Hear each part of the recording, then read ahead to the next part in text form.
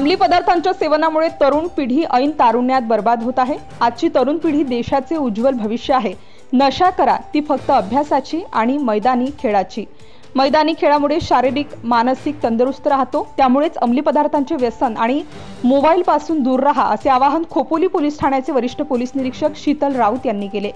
व्यसनमुक्तीचे संस्कार आपल्या कुटुंबातून केले पाहिजे असा सल्ला राऊत यांनी यावेळी दिला। 26 जून जागतिक अंमली पदार्थ विरोधी दिनानिमित्ताने नशामुक्त भारत अभियानांतर्गत खोपोली पोलीस ठाण्याच्या वतीने जतना विद्यालय जू कॉलेजमध्ये वरिष्ठ पोलीस निरीक्षक शीतल राऊत यांनी विद्यार्थ्यांशी संवाद साधत मार्गदर्शन केले। या प्रसंगी प्राचार्य प्रदीप देशमुख, उपप्राचार्य के.एम. गोरे, धनश्री कोंडुस्कर, खोपोली पोलीस ठाण्यातील गोपनीय विभागाचे सतीश बांगर, प्रदीप खरात आदी उपस्थित होते। कार्यक्रमाचे प्रास्ताविक करताना म्हणाले की व्यसनाधीनतेमुळे आजची पिढी पोखरली जात आहे।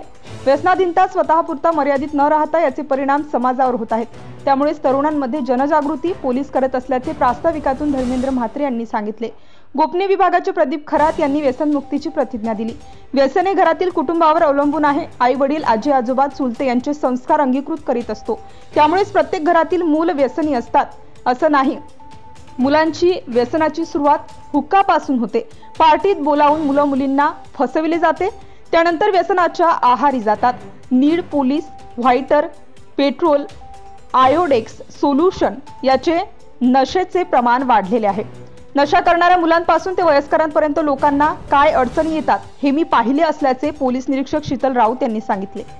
पोलीस तुमचे मित्र आहेत, काहीही अडचणी आल्यास पोलिसांशी संपर्क साधा असे आवाहन राऊत यांनी या कार्यक्रमाच्या निमित्ताने केलेले आहे।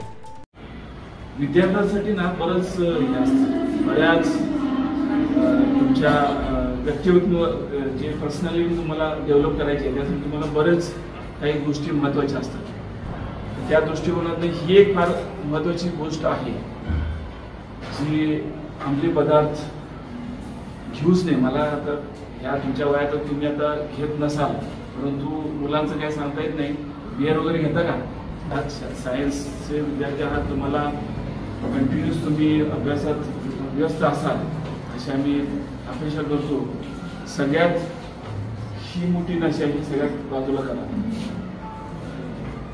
बाकीचं तुमचं अवेअरनेस, तुमचं घरच्यांचे संस्कार, घरातील वातावरण याच्यावर पुढचे तुमचे संस्कार आणि हे आदत म्हणतो त्या सवयी या तुमच्या घरच्यांच्यावर अवलंबून असते।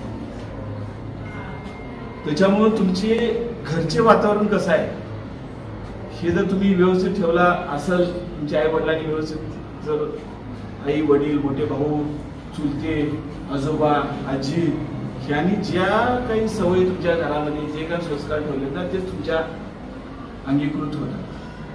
त्याच्यामुळं प्रत्येक घरात असे नशा करणारे आणि हे करणारे नसतात आणि त्यातून तुम्ही हे करायचं सुधारायचं असतं असेल तर त्यातून सुधारायचं असतं। मी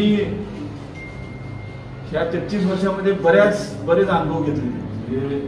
नशा करणाऱ्या मुलांपासून वयस्कर लोकांपर्यंत जे काही नशा करतात त्यांना काय अडचणी येतात हे आम्ही जवळून पाहतो। त्यामुळं तुम्ही आता एक चांगल्या स्टँडर्ड मधून 12वी सायन्स मधून तुम्ही चांगल्या फॅकल्टीमध्ये जाल, तुम्ही करता किंवा तुम्ही करू नये ह्यासाठी आम्ही आलो नाही। Subscribe now and press the bell icon. Never miss an update.